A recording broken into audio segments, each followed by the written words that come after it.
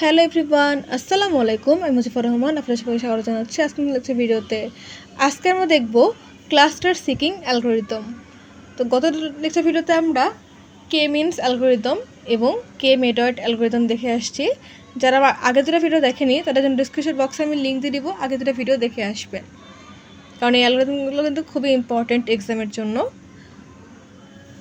তো আজকে আমরা দেখব সিকিং অ্যালগরিদম। তো আমরা সরাসরি একটা এক্সাম্পল দেখি, তাহলে আমাদের জিনিসটা বুঝতে ইজি হবে যে কীভাবে কোশ্চেন আসতে পারে এবং সেটাকে কীভাবে স্টেপ বাই স্টেপ সলভ করতে পারি। তো তার আগে আমাদের কিছু বেসিক জিনিস জানতে হবে, সেটা হচ্ছে ক্লাস্টার সিকিং অ্যালগরিদমে আমাদের যে প্রথম পয়েন্টটা দেওয়া থাকবে কোশ্চেনে, যেইটা এটা হচ্ছে প্রথম পয়েন্ট, তাই না? এই পয়েন্টটাকে আমাদের সেন্টার পয়েন্ট ধরে নিতে হবে। অন্য কোনো পয়েন্টকে কিন্তু আমরা সেন্টার পয়েন্ট ধরতে পারবো না। আমাদের প্রথম যে পয়েন্টটা থাকবে এটাকে আমাদের সেন্টার পয়েন্ট ধরে নিতে হবে। ক্লিয়ার? এটা হচ্ছে প্রথম শর্ত। দ্বিতীয় শর্তটা হচ্ছে আমাদের এখানে অবশ্যই ইউক্লিডিয়ান ডিস্টেন্সের ফর্মুলা ইউজ করতে হবে। অন্য কোনো ডিস্টেন্সের ফর্মুলা আমরা ইউজ করতে পারবো না। এখানে ইউক্লিডিয়ান ডিস্টেন্সের ফর্মুলা ইউজ করে আমাদেরকে ডিস্টেন্স মেজার করতে হবে। তাহলে ক্লিয়ার? দুটো শর্ত। প্রথম শর্তটা হচ্ছে আমাদের প্রথম যে পয়েন্ট দেওয়া থাকবে সেটাকে আমাদের সেন্টার পয়েন্ট ধরতে হবে, মানে ডেটা সেটে আর কি, এবং ইউক্লিডিয়ান ডিস্টেন্স ইউজ করে আমাদেরকে ডিস্টেন্স মেজার করতে হবে। তো চলুন আমরা এই এক্সাম্পলটার জন্য এখন তার সলিউশন দেখি। তো এখানে দেখেন ডেটা সেট দেওয়া আছে, টোটাল 8টা ডেটা দেওয়া আছে এবং তাদের ভ্যালু দেওয়া আছে, এবং এখানে একটা থ্রেশহোল্ডের মান দেওয়া থাকবে। ঠিক আছে? তো এখানে থ্রেশহোল্ড দেওয়া আছে 2। তো এখন আমরা এই থ্রেশহোল্ডকে ইউজ করে ডেটা সেটকে কীভাবে ক্লাস্টারে রূপান্তর করতে পারি সেটা এখন দেখব। তাছাড়া এখন আমরা এটার সলিউশন দেখি।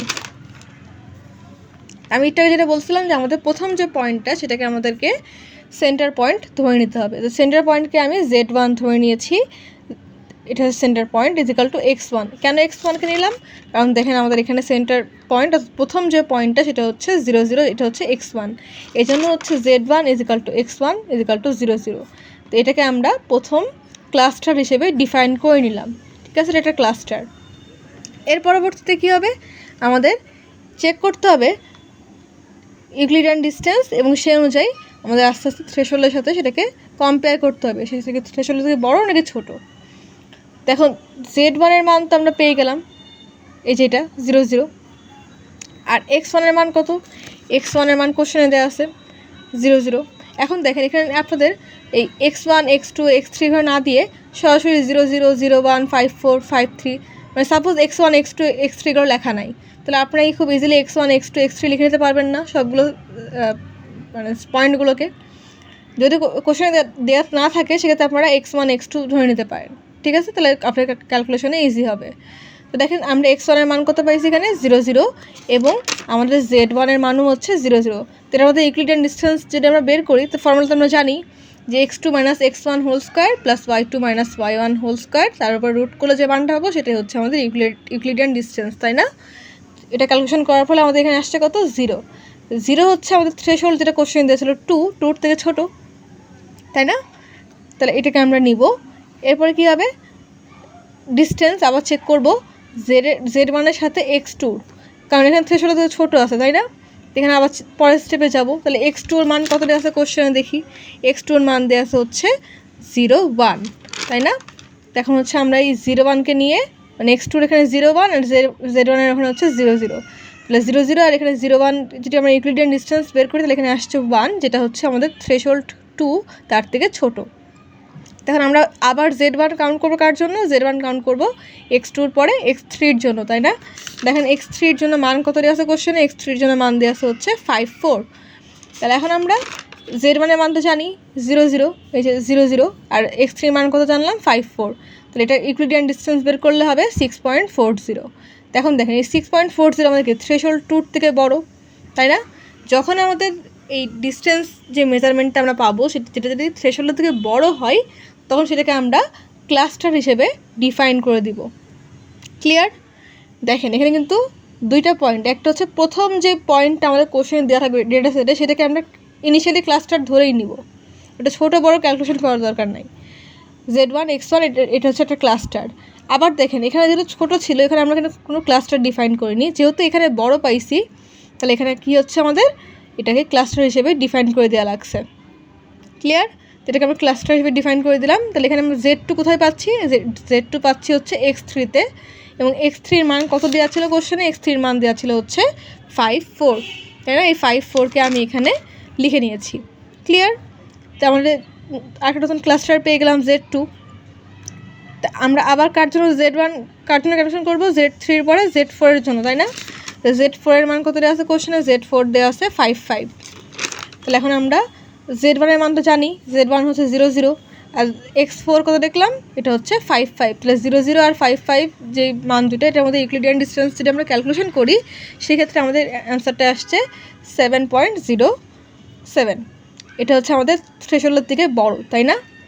তো এখন দেখেন আমরা কিন্তু দুইটা ক্লাস্টার পাইছি, Z1 আর Z2 ক্লাস্টার, তাই না? তো Z1 এর জন্য x4 তে ক্যালকুলেশন করলাম, এখন Z2 এর জন্য x4 কে ক্যালকুলেশন করা লাগবে। তাহলে Z2 এর জন্য আমরা কত পাইছি, এখানে x3 এর মান কতটা ছিল কোশ্চেনে, 5 4। এই যে x3 এর মান কিন্তু আমাদের কোশ্চেনে ছিল 5 4, জাস্ট এটা লিখে নিয়েছি, কনফিউজড হবেন না। তো এখানে হচ্ছে Z2 এর মান কত, এখানে 5 4, আর x4 এর মান কত, x4 এর মান হচ্ছে কোশ্চেনে এই যে 5 5। তাহলে 5 4 আর 5 5, এটা যদি আমরা ইউক্লিডিয়ান ডিস্টেন্স বের করি, তাহলে এখানে আসছে 1, যেটা হচ্ছে আমাদের থ্রেশহোল্ডের দিকে ছোট। এখন দেখেন এখানে কিন্তু আমরা Z1 এর ক্ষেত্রে ম্যাক্সিমাম ভ্যালু পাইছি থ্রেশহোল্ডের দিকে, তাই না? মানে থ্রেশহোল্ডের থেকে ভ্যালুটা বড়, বাট এখানে দেখেন কী হয়েছে, এখানে আমাদের থ্রেশহোল্ডের থেকে Z2 মানটা ছোট আসছে, তাই না? তো এখন যদি এরকম একটা সিচুয়েশন অ্যারাইজ হয় যে একটা বড় আসছে একটা ছোট আসছে, সেক্ষেত্রে আমরা এখানে কোনো ক্লাস্টার ডিফাইন করতে পারবো না, দুইটাকেই বড় হওয়া লাগবে। অর্থাৎ এটা যখন বড় আসছে, এটাকে যদি বড় আসতো মানটা, সাপোজ এখানে যদি 2.2 আসতো, তাহলে আমরা এটাকে ক্লাস্টার হিসেবে ডিফাইন করতে পারতাম। যেহেতু একটা বড় একটা ছোট আসছে, সেক্ষেত্রে আমরা এটাকে কোনো ক্লাস্টারে ডিফাইন করতে পারছি না, ঠিক আছে? তাহলে x4 তো কোনো ক্লাস্টার হলো না, আমরা দুটো ক্লাস্টারের জন্যই তাদের ডিস্টেন্স মেজার করলাম। তাহলে x4 এর জন্য কোনো ক্লাস্টার হলো না, এখন কোথায় যাবো, নেক্সট স্টেপ অর্থাৎ x5 এর জন্য যাব। তাহলে আমরা x5 কার জন্য করবো, প্রথমে Z1 এবং পরে Z2 এর জন্য। x5 এর মান কত দেওয়া আছে কোশ্চেনে, x5 দেওয়া আছে 4 5। তাহলে এখানে হচ্ছে x5 এর মান হচ্ছে 4 5, আর Z1 এর মান হচ্ছে 0 0 ছিল, তাই না? তাহলে 0 0 আর এখানে 4 5, এটা যদি আমরা ইউক্লিডিয়ান ডিস্টেন্স ক্যালকুলেশন করি, তাহলে এখানে আসছে 6.40, যেটা হচ্ছে আমাদের থ্রেশহোল্ডের দিকে বড়। তো Z1 এর জন্য প্রথম ক্লাস্টার তো পেয়ে গেলাম, তখন আমরা আরেকটা ক্লাস্টার আছে না এখানে Z2। তো Z2 এর জন্য x5কে ক্যালকুলেশন করতে হবে। Z2 এর মান কত, এখানে 5 4, আর x5 এর মান কত পেলাম, এখানে কোশ্চেনে দেওয়া আছে এটা হচ্ছে 4 5। তো এই Z2 এর মান হচ্ছে 5 4, আর এখানে হচ্ছে x5 এর মান 4 5। এটা যদি আমরা ইউক্লিডিয়ান ডিস্টেন্স বের করি, তাহলে এখানে আসছে 1.41, যেটা হচ্ছে আমাদের থ্রেশহোল্ডের থেকে ছোট। দেখেন আবার কী হয়েছে, আবার এখানে একটা Z1 এর জন্য বড়, মানে থ্রেশহোল্ড থেকে বড় ভ্যালু আসছে, এবার এখানে Z2 এর জন্য থ্রেশহোল্ডের থেকে ছোট ভ্যালু আসছে। তো একটা বড় একটা ছোট, আমরা কি এখানে কোনো ক্লাস্টার ডিফাইন করতে পারবো না, তাই না? তো এই জন্য এখানে কোনো ক্লাস্টার ডিফাইন করলাম না। আবার ধরেন এখানে কী হচ্ছে, আমাদের এখানে কোনো ক্লাস্টার হলো না, তাহলে x5 এর কাজ তো শেষ দুটো ক্লাস্টারের জন্যই। আবার পরবর্তী স্টেপে যাবো, সেটা হচ্ছে x6 জন্য ক্যালকুলেশন করবো, সেটা হচ্ছে Z1 এবং Z2 দুটো ক্লাস্টারের জন্য। তো প্রথমে আমরা Z1 এর জন্য ক্যালকুলেশন করি, তাহলে Z1 হচ্ছে 0 0, আর x6 হচ্ছে আমাদের কোশ্চেনে দেওয়া আছে কত, কোশ্চেনে দেওয়া আছে হচ্ছে 1 0, তাই না? এই যে x6, আমরা x6 এর মান পেয়ে গেলাম। তাহলে 0 0, এখানে হচ্ছে 1 0, এটা ক্যালকুলেশন করলে কত আসছে, এখানে আমাদের ইউক্লিডিয়ান ডিস্টেন্স আসছে 1, যেটা হচ্ছে আমাদের থ্রেশহোল্ডের দিকে ছোট। এখন আমরা সিমিলার ওয়েতে x6 এর জন্য Z2 ক্যালকুলেশন করবো। Z2 এর মান কত, Z2 এর মান হচ্ছে 5 4, আর x6 এর মান হচ্ছে 1 0। তো 5 4 আর 1 0 জন্য ইউক্লিডিয়ান ডিস্টেন্স ক্যালকুলেশন করলে আমাদের আসছে 5.65, যেটা হচ্ছে আমাদের থ্রেশহোল্ডের থেকে বড়। আবার দেখেন কী হচ্ছে, একটা ছোট আসছে একটা বড় আসছে, তাহলে এখানে কোনো ক্লাস্টার ডিফাইন করা যাচ্ছে না, তাই না? তাহলে আমরা x6 এর জন্য Z1 Z2 ক্যালকুলেশন করে ফেললাম। এখন বাকি আছে কি, x7 আর x8, কারণ আমাদের এখানে দেখেন 8টা ডেটা দেওয়া ছিল, x1 থেকে x8 পর্যন্ত ছিল, x6 পর্যন্ত ক্যালকুলেশন করা হয়ে গেছে। এখন হচ্ছে x7 আর x8 এর কাজ। x7 এর জন্য আবার কী করবো, Z1 ক্যালকুলেশন করবো। Z1 কত, Z1 হচ্ছে 0 0, আর x7 এর মান কোশ্চেনে দেওয়া আছে কত, x7 এর মান হচ্ছে 4 2। তাহলে 0 0 আর 4 2, এটার মধ্যে ইউক্লিডিয়ান ডিস্টেন্স ক্যালকুলেশন করলে আসছে 4.47, যেটা হচ্ছে আমাদের 2 থেকে অর্থাৎ থ্রেশহোল্ডের থেকে বড়, তাই না? Z1 হয়ে গেল। এখন Z2 এর জন্য আমরা x7কে ক্যালকুলেশন করবো। x7 এর জন্য Z1 করলাম, এখন x7 এর জন্য Z2 করবো। Z2 এর মান কোথায় পাবো, Z2 এর মান হচ্ছে এখানে ক্যালকুলেশন করছিলাম, আমাদের নতুন যে ক্লাস্টারটা এখানে আসছিল সেটা হচ্ছে 5 4, আর x7 এর মান কত, x7 এর মান হচ্ছে 4 2 ছিল, তাই না? তাহলে 5 4 আর 4 2 জন্য যারা আমরা ইউক্লিডিয়ান ডিস্টেন্স বের করি, তাহলে এখানে আসছে 2.23, যেটা হচ্ছে আমাদের থ্রেশহোল্ডের থেকে বড়। তো এখন দেখেন এখানে দুইটাই বড় আসে থ্রেশহোল্ডের দিকে, তাই না? এটাও বড় আসছে, এটাও বড় আসছে। তাহলে এখানে কেন খুব ইজিলি একটা ক্লাস্টার ডিফাইন করতে পারবো। তো এখানে Z1 ছিল, Z2 ছিল, এখন কী হবে, Z3 ক্লাস্টার হবে, তাই না? Z3 ক্লাস্টার কোথায় পাইছি আমরা? এটা হচ্ছে আমরা X7 থেকে পাইছি, এই জন্য হচ্ছে X7 এর মান কত দেওয়া ছিল? X7 এর মান ছিল কোশ্চেনে 4 2, তাই না? এই জন্য হচ্ছে আমরা এখানে 4 2 লিখে দিলাম, আমরা 3টা ক্লাস্টার পেয়ে গেলাম। এখন বাকি আছে কি দেখেন, বাকি আছে আমাদের আর একটা পয়েন্ট, সেটা হচ্ছে X8। এই যে X8 হচ্ছে আমাদের 0 4, তাই না? তা আমরা এখন সিমিলার ওয়েতে আবার ক্যালকুলেশন করব X8 এর জন্য। তো প্রথমে আমরা Z1 ক্লাস্টারের জন্য X8 ক্যালকুলেশন করব। Z1 কত ছিল? Z1 হচ্ছে 0 0 আর X8 হচ্ছে 0 4, কোশ্চেনে দেওয়া আছে, তাই না? তাহলে 0 0 আর 0 4 এর জন্য আমরা ইউক্লিডিয়ান ডিস্টেন্স ক্যালকুলেশন করলে এখানে পাচ্ছি 4, যেটা হচ্ছে আমাদের থ্রেশহোল্ডের থেকে বড়। তো Z1 এর জন্য X8 ক্যালকুলেশন করলাম। এখন Z2 অর্থাৎ সেকেন্ড ক্লাস্টারের জন্য X8কে ক্যালকুলেশন করতে হবে না? Z2 হচ্ছে 5 4 আর আমাদের X8 এর মান হচ্ছে কোশ্চেনে দেওয়া আছে 0 4। তো এদের জন্য ইউক্লিডিয়ান ডিস্টেন্স যদি আমরা বের করি তাহলে এখানে আসছে 5, যেটা হচ্ছে আমাদের থ্রেশহোল্ডের থেকে বড়, তাই না? তো Z1 Z2 হয়ে গেল, দেখেন Z1 Z2 হয়ে গেল। এখন আমরা এখানে আর একটা ক্লাস্টার পাইছিলাম না X7-এ, এটা হচ্ছে Z3। তাহলে Z3-র জন্য আমাদের X8কে ক্যালকুলেশন করতে হবে। তাহলে X8-এর মান হচ্ছে 0 4 আর Z3-র মান হচ্ছে এখানে কত পেলাম? Z3-র মান হচ্ছে 4 2, তাই না? তাহলে 4 2 আর 0 4 যদি আমরা ইউক্লিডিয়ান ডিস্টেন্স ক্যালকুলেশন করি তাহলে এখানে পাচ্ছি 4.47, যেটা হচ্ছে 2 থেকে বড়। তো দেখেন এখানে কি হচ্ছে, আমাদের Z1ও 2 থেকে বড় আসছে, Z2 2 থেকে বড় আসছে, Z3ও 2 থেকে বড় আসছে। তাহলে তিনটাই বড় আসছে, তাই না? তাহলে আমরা এখানে আর একটা ক্লাস্টার ডিফাইন করতে পারি না? এখানে এখানে আর একটা ক্লাস্টার ডিফাইন করছি, সেটা হচ্ছে Z4। Z4 কোথা থেকে পেলাম? Z3-র পরে এখানে Z4 একটা নতুন ক্লাস্টার হলো, এবং Z4 কোথা থেকে আসছে? X8 থেকে আসছে, তাই না? এই জন্য X8 এবং X8-এর যে মানটা কোশ্চেনে দেওয়া ছিল 0 4, সেটা আমরা এখানে লিখে নিলাম। তাহলে দেখেন টোটাল ক্লাস্টার কতগুলো পেয়েছি আমরা? টোটাল ক্লাস্টার পেয়েছি হচ্ছে 4টা, সরি 4টা।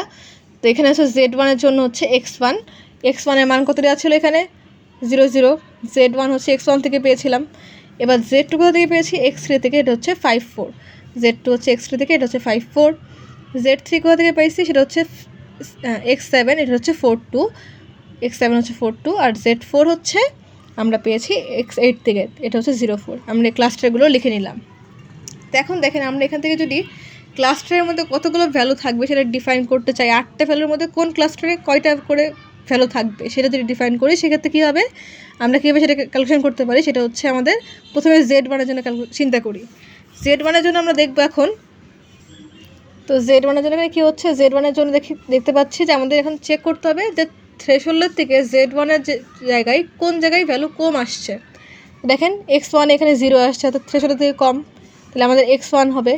আবার দেখেন Z1 X2-র ক্ষেত্রেও আসছে, এটা হচ্ছে থ্রেশহোল্ডের থেকে কম, তাহলে X2 হবে। X1 X2 হলো। এখন X3 যেন দেখেন থ্রেশহোল্ডের থেকে বড়, তাহলে এটা নিতে পারবো না, ছোটো ভ্যালুগুলোকে নিতে হবে। তাহলে এটা বাদ হয়ে গেল, কারণ এটা বড় হয়েছে। X4-এ দেখেন Z1-এর জন্য 7.07 আসছে, এটাও বড়, এটাও হবে না। X5-এর জন্য Z1 আসছে, এটাও বড়, এটাও হবে না। দেখেন X6 আসছে Z1-এর জন্য, এটা হচ্ছে থ্রেশহোল্ডের থেকে ছোট, তাই না? তো দেখেন X6-কে আমরা এখানে নিব, তাহলে আমরা কত পেলাম? X1 পেলাম, X2 পেলাম, এবং X6 পেলাম, যেটা হচ্ছে থ্রেশহোল্ডের দিকে তার মানগুলো ছোট। আর কোনো জায়গায় কি ছোটো মান আছে X-এর, Z1-এর? নাই, তাই না? তাহলে এখানে আমাদের Z1-এর জায়গায় X1 X2 X6 হয়ে গেল। এখন Z2-র জন্য ক্যালকুলেশন দেখতে হবে। Z2-র জন্য দেখবো আমরা তখন কোথায়, যে থ্রেশহোল্ডের থেকে মান কোথায় কোথায় কম আসছে। তো আমরা দেখতে পাচ্ছি প্রথমে আসে হচ্ছে কোথায়, এই যে এখানে, কারণ Z2 হচ্ছে X3-তে, এটা নিজে একটা ক্লাস্টার না, যেটা তো অবশ্যই নিতে হবে। তাহলে X3 এটা থাকছেই বাই ডিফল্ট। এরপরে আমরা চেক করবো কোথা থেকে Z2 আসছে, এখান থেকে, তাই না? কারণ এখান থেকে Z1 ছিল, এখান থেকে এসে না Z2 আসছে, তাহলে Z2 ক্যালকুলেশন এখান থেকে শুরু হয়েছে। তাহলে এখানে হচ্ছে আমরা দেখতে পাচ্ছি X4-এও এটার থ্রেশহোল্ডের দিকে তার মানটা কম আসছে, তাহলে এখানে আমরা এটাকে নিতে পারবো। আবার দেখতে পাচ্ছি এখানে একটা X5 আছে, এটার মানও থ্রেশহোল্ডের দিকে কম আসছে, তাই এটাকেও নিতে পারবো। এখানে দেখেন Z2-র মানটা বেশি আসছে, তাই না? এটা নিতে পারবো না। এখানেও বেশি আসছে, নিতে পারবো না। এখানেও Z2-র মানটা থ্রেশহোল্ডের দিকে বেশি আসছে, নিতে পারবো না। তাহলে আমরা কোনগুলো পেলাম? X3 তো ডিফল্ট থাকছেই, X4 আর X5। তাহলে X3 X4 আর X5-কে আমরা Z2-র জায়গায় লিখে দিলাম। এখন দেখেন Z3 কোথা থেকে শুরু হয়েছে, Z3 হচ্ছে X7 থেকে শুরু হয়েছে, তাই না? তাহলে এখানে X7 তো বাই ডিফল্ট থাকছে। এখন Z3 এর জন্য ক্যালকুলেশন কোথায় করছি, এখানে এক জায়গায় করছি, জানেন দেখেন এখানে হচ্ছে Z1 Z2 পর্যন্ত ছিল। যখন আমরা Z3 পাইছি তখন পরবর্তী স্টেপ থেকে Z3 কাজ শুরু হয়েছে না, তো Z3 তো এক জায়গায় ছিল, বাট এখানে দেখেন আমাদের কী হচ্ছে থ্রেশহোল্ডের দিকে মানটা বড়, তাহলে আমরা এই মানটাকে নিতে পারবো। তাহলে Z3 এর জন্য আমাদের ডিফল্ট যেটা ছিল ক্লাসটা সেটা এখানে X7 থেকে যাচ্ছে। ক্লিয়ার? আর একটা কী ছিল ক্লাসটা ছিল হচ্ছে Z4, যেটা হচ্ছে X8, অর্থাৎ এই স্টেপ এসে হয়েছিল, তাই না? এটা হচ্ছে আমাদের আর তো কোনো ইটারেশন নাই, তাহলে এটা হচ্ছে নিজে একটা ক্লাস্টারের অংশ। তো এভাবে আমরা খুব ইজিলি আমাদের ডেটা সেট দেওয়া থাকলে সেখান থেকে ক্লাস্টার সিকিং অ্যালগরিদম ইউজ করে আমরা ভ্যালুগুলোকে কোন ক্লাস্টারে কয়টা ভ্যালু থাকবে সেটা ডিফাইন করে দিতে পারি। তো হোপফুলি আপনারা বুঝতে পেরেছেন। আমি চেষ্টা করেছি স্টেপ বাই স্টেপ প্রসেস আপনাদেরকে দেখানোর জন্য। তারপর যদি কারো কোনো বুঝতে সমস্যা হয় অবশ্যই কমেন্ট করবেন, আমি আমাদের কমেন্ট রিপ্লাই দেওয়ার চেষ্টা করব। আজকের মতন এই পর্যন্তই। পরবর্তী ভিডিওতে আমরা দেখব ম্যাক্সিমিন ডিস্টেন্স, সেটাও ক্লাস্টারিং একটা অ্যালগরিদম। তো পরবর্তী ভিডিও দেখার আমন্ত্রণ রইল। চ্যানেলটা এখন যারা সাবস্ক্রাইব করেন চ্যানেলকে প্লিজ সাবস্ক্রাইব করবেন, ভিডিওতে লাইক করবেন, কমেন্ট করবেন, শেয়ার করবেন। আজকের মতন এই পর্যন্তই। আল্লাহ হাফেজ।